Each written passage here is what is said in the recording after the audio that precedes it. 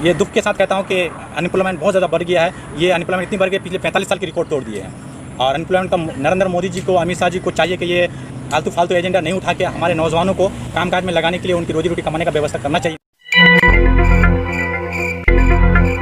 कान की टाइम्स और आदाब, सत श्री अकाल दोस्तों, मैं जमीर अनवर जिलानी कान की टाइम्स की तरफ से, और हमारे साथ एक खास मेहमान है फ़खरुज़्ज़मान नूरी, जो टीएमसी यूथ के वर्किंग प्रेसिडेंट हैं चाकुलिया ब्लॉक के। तो आइए उनसे सवाल करते हैं और जानते हैं उनके इस बारे में क्या राय है। जो सेंटर से जो मांग उठी थी एनपीआर और एनआरसी के लिए, तो वो जो है कोरोना काल की वजह से वो मामला तो दब गया है, लेकिन हो सकता है वो सामने में से फिर से दोबारा शायद आए। तो एनआरसी को कैंसिल करने के लिए क्या क्या आप लोग करने वाले हैं?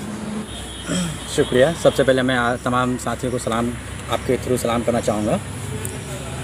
आपने जो सवाल किया है उसके बारे में मैं यही जवाब दे सकता हूँ। आप लोगों को मालूम होगा सेंट्रल की सरकार, मोदी की सरकार जिस तरह से एनआरसी सीएए लेकर ये सब मुद्दा उठा रहे हैं, आए दिन परेशानी की बात थी। एनआरसी सीएए का जब मुद्दा उठा था तो ममता बनर्जी पहले दिन से ही आंदोलन कर रही थी। और ममता बनर्जी जब तक है एनआरसी सीएए बंगाल में नहीं लागू होगी, और उन्होंने इसके खिलाफ एहतजाज भी किया, हर जगह भी किया। और ये है कि सामने 2021 के जो इलेक्शन है, ये भी एक हम लोगों को डर है कि अगर बंगाल में खुदा न खास्ता अगर बीजेपी आए तो इस तरह के मुद्दे वो लोग उठाएंगे। इसीलिए ममता बनर्जी हर हद कोशिश करती है कि हम लोग का जो मुल्क है, हिंदुस्तान जो है अमन और शांति का मुल्क है, और ख़ास करके बंगाल, हम लोग अमन और शांति पीस लविंग आदमी है। हम लोग कोई झमेला में जाना नहीं चाहते हैं, और ममता बनर्जी हमेशा लॉ एंड ऑर्डर को कंट्रोल में रखती है, पीस चाहती है। इसलिए ममता बनर्जी की अगर सरकार आएगी तो इतना 100% आप उम्मीद कर सकते हैं कि इस तरह का कोई भी प्रॉब्लम नहीं होगी। हिंदू, मुस्लिम, सिख, ईसाई सब खुशहाली से जिएंगे और यहीं पे रहेंगे। ये जो लिस्ट निकाली है टीएमसी मदर पार्टी, जो कोऑर्डिनेशन कमेटी का 21 मेंबर का लिस्ट बनाया है, तो उसमें सिर्फ 2 ही मुस्लिम्स को जो है एक पोस्ट दिया गया है, माइनॉरिटीज़ को इतना कम पोस्ट, जबकि माइनॉरिटीज़ के लिए हमेशा ममता बनर्जी कहती है कि हम हमेशा उसके लिए बहुत आगे रहते हैं, हम उसको हमेशा उसकी हक अपने सामने रखते हैं। तो ये जो 2 सौतेला व्यवहार किया कि 2 मेंबर्स को ही उसमें जगह दी है, तो इसके बारे में आप क्या कहेंगे? जी देखिए, मैं आपकी इस बात से सहमत नहीं हूँ कि ये सौतेला व्यवहार है। कोऑर्डिनेशन कमेटी 21 लीडर्स के लेकर बनाया गया है, जिसमें से 2 मुस्लिम्स हैं, हमारे फ़िरहाद हकीम साहब और नदीमुल हक साहब। तो मैं आपको बताना चाहूँगा कि ममता बनर्जी ने क्वालिटी के हिसाब से जो डिज़र्व करता है उनको हमेशा मौका दिया। ऐसा नहीं है कि ये हिंदू है या मुस्लिम है। कोऑर्डिनेशन कमेटी फ़िरहाद हकीम, आप जानते हैं उनको, वो कोलकाता का मेयर बनाया गया है उनको, जबकि ये कभी नहीं हुआ था। ममता बनर्जी है जो आप देख सकते हैं, हमारे यहाँ पे गुलाम रब्बानी साहब हैं, मिनिस्टर हैं, अब्दुल करीम चौधरी साहब को वाइस प्रेसिडेंट बनाया गया है। तो ममता बनर्जी एक ऐसी लीडर है, तृणमूल कांग्रेस एक ऐसी पार्टी है जो हिंदू, मुस्लिम, सिख, ईसाई सबको लेकर चलती है, और जिनको जितना क्वालिटी है उनके हिसाब से उनको जिम्मेदारी भी दी जाती है। इसीलिए जात पात लेकर ऐसी कोई बात नहीं है। ये ममता बनर्जी जो है बहुत बैलेंस करके पार्टी को लेकर चलती है। एक यहाँ का जो हम लोग का जो डिस्ट्रिक्ट है, इसमें से टीएमसी वाई यूथ का प्रेसिडेंट कौन? जी, हमारे यहाँ उत्तर दिनाजपुर के टीएमआईसी के प्रेसिडेंट गौतम पाल को बनाया गया है।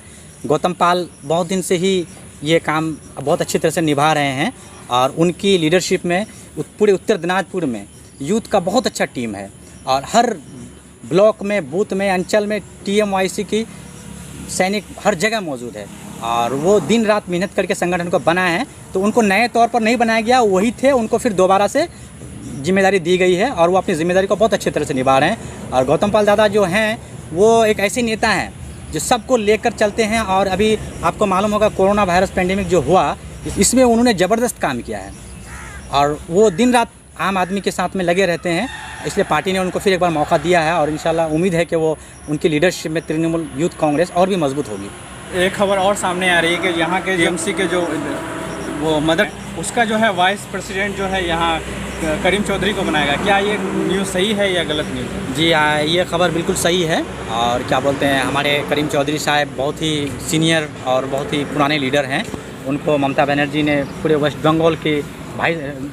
बंगाल टीएमसी का वाइस प्रेसिडेंट बनाया गया है, जो अपने आप में बहुत बड़ी बात है, और हम लोगों के लिए बहुत खुशी की बात है, क्योंकि हम लोगों के इलाका से इतनी बड़ी जिम्मेदारी उनको दी गई है।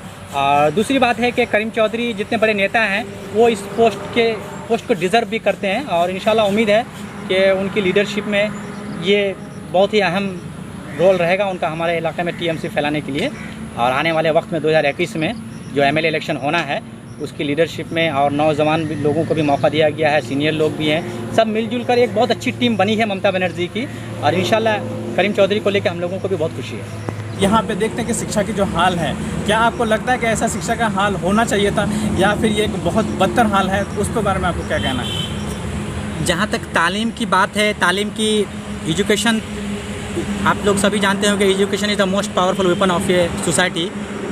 तालीम सोसाइटी की बहुत ही अहम चीज़ होती है और तालीम का मेयार जो है अभी तो बहुत हद तक अच्छे से अच्छे होते जा रहे हैं। और अभी कुछ दिन पहले या कुछ सालों पहले यूँ कह सकते हैं कि तालीम की हालत बहुत खस्ता थी, लेकिन अभी मैं जहाँ तक देख रहा हूँ कि दिन ब दिन तालीम की हालत अच्छी होती जा रही है और भी अच्छा करने की ज़रूरत है। आप शिक्षक हैं तो आप जानते हैं कि यह तालीम की कितनी बड़ी ज़रूरत है, तो आप तालीम को लेके क्या क्या एजेंडा अपने अंदर जो है आपके मन में है कि आप अगर आगे आए पॉलिटिक्स में तो आप इन सब क्षेत्र में सुधार करेंगे, तो आपको इस बारे में क्या क्या कहना है?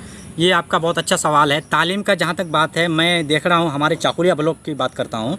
हमारे चाकुलिया में अभी भी एक कॉलेज की कमी है। हमारे यहाँ पे हाई स्कूल तो हैं, लेकिन किसी भी हायर सेकेंडरी में साइंस स्ट्रीम्स की पढ़ाई लिखाई नहीं होती है, कॉमर्स की भी नहीं होती है। तो आगे चल के मेरी कोशिश रहेगी कि हमारे यहाँ एक कॉलेज हो, ताकि हमारे यहाँ के बच्चों को दूर जाके तालीम हासिल नहीं करना पड़े, अपने इलाके में ही तालीम हासिल करें। और दूसरी बात, 10th क्लास करने के बाद यहाँ के बच्चे अगर साइंस लेके पढ़ना भी चाहें तो वो नहीं पढ़ सकते हैं, क्योंकि यहाँ पे साइंस का कोई फैसिलिटीज़ नहीं है। तो मेरी ये कोशिश रहेगी कि जितना जल्द हो सके साइंस स्ट्रीम चाकुलिया ब्लॉक के हाई स्कूलों में, हायर सेकेंडरी में लाया जाए और यहाँ के बच्चे यहीं रह के तालीम हासिल करें। आप उसके लिए कोई मांग रखें कि ऐसा ये शिक्षा का संस्थान होना चाहिए, तो इसके बारे में आप क्या कहेंगे? जी, हम लोगों ने अपने तौर पर जहाँ तक हुई है हमारे सीनियर लीडर्स को, उसके अलावा भी ऐसे भी दफ्तरों में हम लोगों ने बहुत बार वर्बली हो या रिटनी तौर पर हो, हम लोगों ने कहा है कि हमारे चाकुलिया में एक कॉलेज की बहुत ही ज़रूरत है और हमारे यहाँ के बच्चे बिहार में जाके यानी किशनगंज में जाके तालीम हासिल करना पड़ता है। और इसीलिए हम लोगों ने अपने तौर पर जहाँ तक कोई कोशिश की है और हमारे सीनियर लीडर्स जो लोग भी हैं वो भी अपने तौर पर ये बातों को ऊपर ले जाके रखे हैं और मुझे उम्मीद है कि आने वाले वक्त में इंशाल्लाह ये प्रॉब्लम जरूर सॉल्व होगा। देखे होंगे कि जो ममता बनर्जी सरकार की तरफ से जो राशन की घोषणा हुई थी, जो फ्री में राशन दिए जा रहे हैं, उसका जो है यहाँ पे सही से वितरण नहीं हो पा रहा है। कि अगर इस तरह का कहीं पे भी इस तरह का वाक़यात आते हैं तो बहुत दुख की बात है, लेकिन मैं कहूँगा कि अगर इस तरह की आप लोगों की नज़र में कहीं पर भी अगर इस तरह के मामलात आते हैं तो आप लोग हम लोगों को बता सकते हैं। हम लोग अपनी पार्टी को बताएंगे और इंशाल्लाह ऐसा है कि अभी जो भी इस तरह का काम करते हैं उन पर एक्शन लिया जाता है। तो जहाँ तक हम लोगों की नज़र में, हम लोग भी अपने तौर पर कोशिश करते हैं कि हर जगह राशन सही से बटे और अगर इस तरह आप लोगों की नज़र में कहीं पे है तो आप लोग भी डायरेक्ट वीडियो साहब से बात कर सकते हैं या हम लोगों की जानकारी में दे सकते हैं, उनके खिलाफ ज़रूर कार्रवाई होगा। आप लोग क्या लग रहा है कि इस बार भी टीएमसी यहाँ पे क्षेत्र में वैसा ही एक्टिव रहेगा या फिर बीजेपी का आने के चांसेस ज़्यादा लग रहे हैं आप लोग? देखिए, मैं आप लोगों को बताना चाहूँगा, बीजेपी पार्टी एक जुमलाबाजी पार्टी है। आप लोगों को सबको पता होगा, आम आदमी को पता होगा, नरेंद्र मोदी की सरकार जब 2014 में आई थी किस तरह का बड़ा बड़ा वादा किया था, लेकिन उन्होंने अपने एक भी वादा पूरा नहीं किया और अपना मेन एजेंडा से हट के उन्होंने ऐसे ऐसे काम किए जिनसे आम आदमी को कोई फ़ायदा नहीं पहुंचा। और दूसरी तरफ जहाँ तक हमारे बंगाल की बात है, बंगाल में भी आप देख सकते हैं बीजेपी के 18 MPs जीते, उनके 2 मंत्री हैं, लेकिन उन्होंने क्या एक भी काम किया है? आप देख सकते हैं ममता बनर्जी दिन रात मेहनत करती है इलाका के लिए, हर आदमी के लिए ऐसा योजना बनाती है जो हर बच्चा को तो फ़ायदा पहुंचता है। हर तरह की उन्होंने फैसिलिटीज दी है, डेवलपमेंट का काम किया है। लेकिन दूसरी तरफ जहां बीजेपी की भी सेंट्रल में सरकार है, उनके मंत्री हैं, उनका अगर काम देखें तो जीरो है। वोट काम पे होनी चाहिए। और बीजेपी पार्टी जो है वो कम्युनल राजनीति करती है, वो सिर्फ हिंदू मुस्लिम, अभी देख सकते हैं आप चोपड़ा का मामला को उन्होंने कम्युनल रंग देने की कोशिश की, लेकिन उन्होंने फेल हुआ। अपने अहमदाबाद में भी कुछ इस तरह की कोशिश की थी और हमारे इधर भी वो लोग लगे हुए हैं जिस तरह से हिंदू मुस्लिम किया जाए, कम्युनल रंग दिया जाए।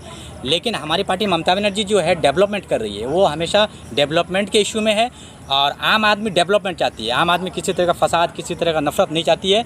बीजेपी एक नफरत फैलाने वाली पार्टी है, ये आम आदमी अच्छी तरह समझ गई है और ख़ासकर बंगाल के आदमी और हमारे इलाका के आदमी अच्छी तरह समझती है कि बीजेपी नफरत फैलाने वाली पार्टी है। उस पार्टी का कोई भी सपोर्ट नहीं करने वाला है। आने वाले वक्त में डेवलपमेंट के साथ ही रहेंगे और ममता बनर्जी के ही साथ रहेंगे यहाँ के आदमी। तो सर, जो आप इलाका में घूमते हैं यहाँ पे और काफ़ी एक्टिव हैं पूरे इलाके में और यूथ के बीच भी और हर जगह जाते हैं, तो यहाँ पे कुछ लोग ऐसे भी हैं जो आपके बारे में भी कह रहे हैं कि वो भी एक MLA का दावेदार हो सकते हैं यहाँ पे, तो आपको उस बारे में क्या राय है? कि मैंने अपनी तालीम हासिल करने के बाद राजनीति ज्वाइन की है और अल्लाह के करम से मैं पेशे से टीचर हूँ। तो जब राजनीति ज्वाइन किया हूँ तो राजनीति भी एक जंग की तरह होती है। हम लोग अब जंग में जिस तरह सिपाही होते हैं, जब जो ज़रूरत पड़ती है वो तैयार रहते हैं, इसी तरह हम लोग ममता बनर्जी के सिपाही हैं। ममता बनर्जी जब हम लोग को जिस काम के लिए लगाएगी, हम लोग तैयार हैं। अगर ममता बनर्जी चाहेगी कि हमको अगर इलेक्शन लड़ाने चाहेगी, तो मैं लड़ने के लिए बिल्कुल तैयार हूँ और पूरी तरह से मेंटली और हर तरह से तैयार हूँ इलेक्शन लड़ने के लिए। सर एक और सवाल, बहुत ही अहम सवाल जो है यहाँ के जो है अनएम्प्लॉयमेंट, बेरोज़गारी जो लोगों में बढ़ता हुआ जा रहा है। लाइक तो लॉकडाउन और कोरोना काल की वजह से भी, और काफ़ी जो है वो रोज़गार का जो अपॉर्चुनिटी मिलना चाहिए था, वो इलेक्शन के बाद से अपॉर्चुनिटी लोगों को मिला नहीं है।